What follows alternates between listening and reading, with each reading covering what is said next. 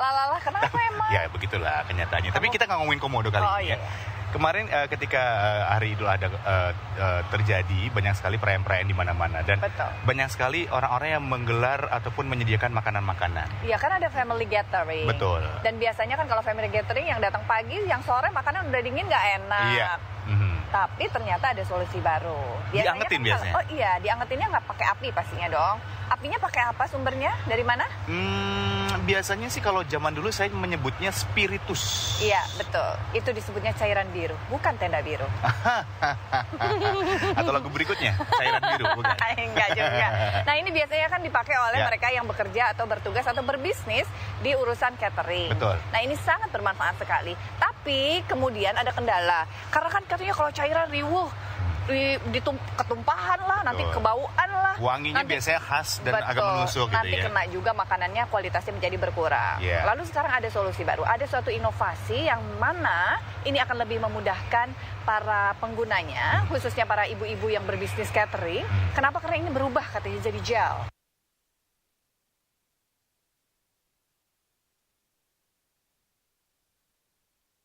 Betul, dan juga wanginya, baunya jadi biru lagi dan baunya juga tidak terlalu menusuk, kemudian juga gampang diisi ulang. Apa? Menusuk? Menusuk. Rasanya ke hati. Namanya kalau dulu spiritus, sekarang lebih beda ya, yaitu istilahnya green flame. Iya. Sudah bersama kita di sini, barangnya dulu kita punya green flame, penciptanya ada di samping kiri. Para inovatornya adalah Mas Ferdi dan juga Mas Tesar ya. Dan di samping kita juga ada Bapak Santosa Yudo Warsono, beliau adalah asisten deputi ITEK IKM. Betul ya Pak ya, namanya benar semua ya, ini Ahmad sama Ahmed berarti ya, 2A berarti ya. Daripada nanti salah, katanya makanya nama belakangnya yang dipakai, yang satu Ferdi, yang satu Tesar gitu. Oke Pak Santosa, ini Green Flame merupakan hasil dari inovasi rekan-rekan kita ini, yang merupakan juga hasil karya yang dilombakan di Technopreneurship Pemuda. Ya, betul. Itu bagaimana ceritanya itu? Jadi awal tahun 2011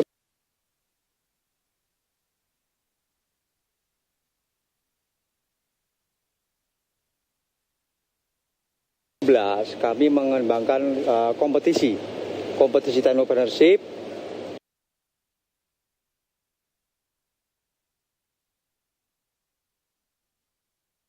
yang kemudian kompetisi ini kita sebar ke seluruh Indonesia.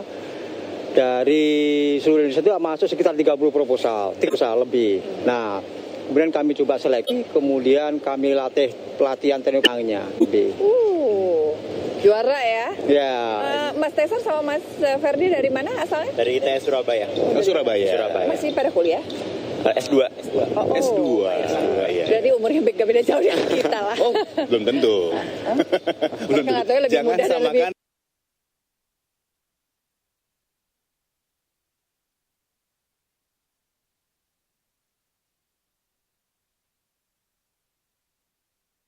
Tingkat pendidikan dengan tingkat umur biasa beda. Oh betul. Mereka yang muda yang berkarya ya. Nah, itu dia. Kita yang tua yang membina. Iya, nggak mau kalah. Nah, sampai akhirnya inovasi. Spiritus, dan dia punya anak adik kelasnya kita, terus dia pacar apa adik kelas? Cowok dong. Oh cowok kirain. Zaman sekarang mah yang dikasih saya.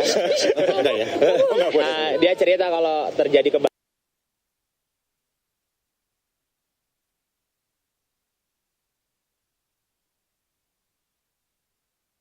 di catering ibunya karena itu tumpah dan sering nguap, dan itu menjadi biaya lebih buat mereka menambah kos lagi.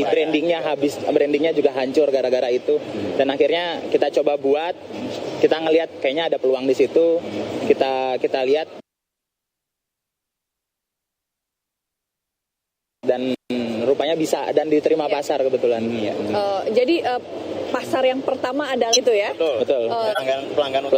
Akhirnya melatar belakangi Kemenristek untuk bisa menjalankan atau melaksanakan sebuah kompetisi dalam bidang technopreneurship. Ya. Jadi idenya bahwa kita harus bisa membangkitkan generasi muda kita, itu generasi muda yang berwirausaha. Nah, karena kami di Ristek tentunya adalah wirausaha yang berbasis teknologi. Ini memang tidak banyak Mas, tidak banyak. Saya melihat kita itu adalah teknologinya ini yang Green Flame ini adalah berbasis pada kebutuhan. Itu kuncinya.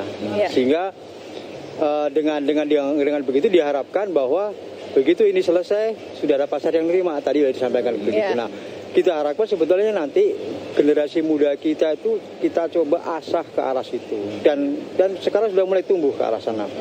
Ya, sementara kalau Green Flame ini dibandingkan dengan produk sebelumnya, pendahulunya Spiritus, itu apa kelebihannya? Yang pertama itu dia hemat 35% jika dibandingkan Spiritus. Hemat sampai 35%? Iya.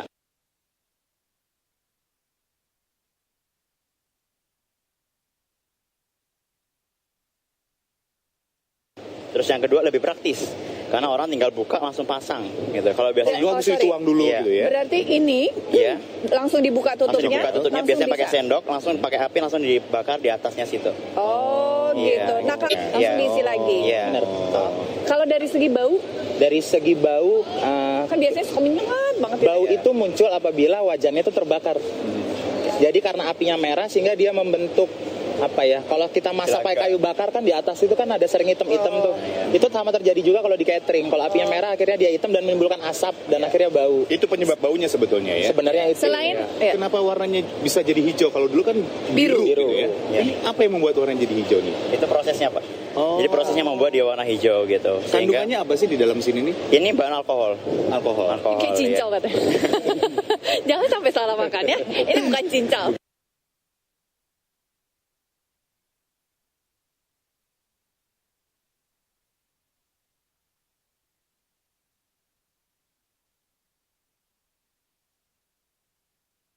Dengan inovasi yang kemarin diberikan dari Ristek, itu kita harus memikirkan inovasi yang lain. Akhirnya muncullah produk baru yang di tengah itu Smart Stove. Gitu. Jadi ini langkah selanjutnya, langkah berikutnya ya. Smart Stove ini pasarnya apa nih? Pasarnya ini untuk mungkin second marketnya itu. Smart Stove yang ini ya? Iya.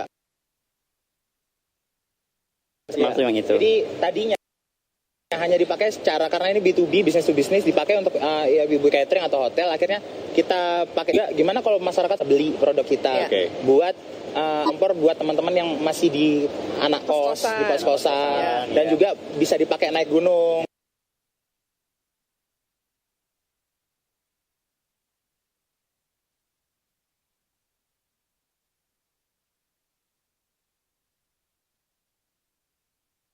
Nggak usah bawa spiritus lagi dan tumpah-tumpah. Pengganti kalau zaman dulu kalau camping itu pakai parafin, ya? benar. Kebetulan ada dari teman-teman di TNI pernah cerita kalau parafin itu pertama apinya merah juga, yang kedua baunya nggak ketolongan gitu. Sama. Panasnya cepat panas nih. Tindak lanjutnya apa setelah mereka menjadi pemenang? Kalau unik dari kami itu bahwa setelah pemenang kita kasih mereka insentif. Supaya apa? Supaya tumbuh perusahaannya.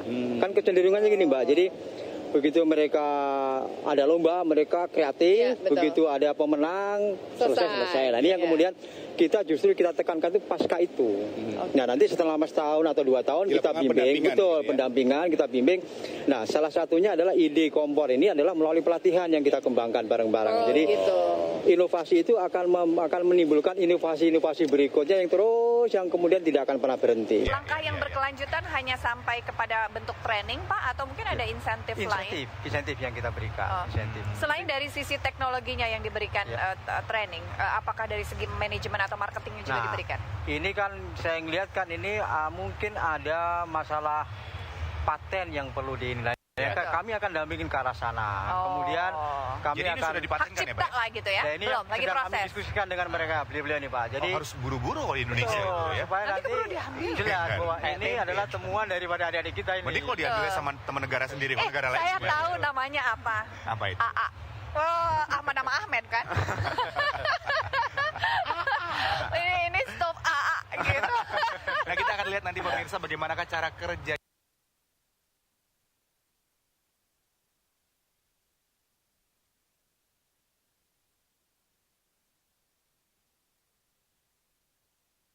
Dari Green Flame ini kita akan bahas lagi di Coffee Break berikutnya.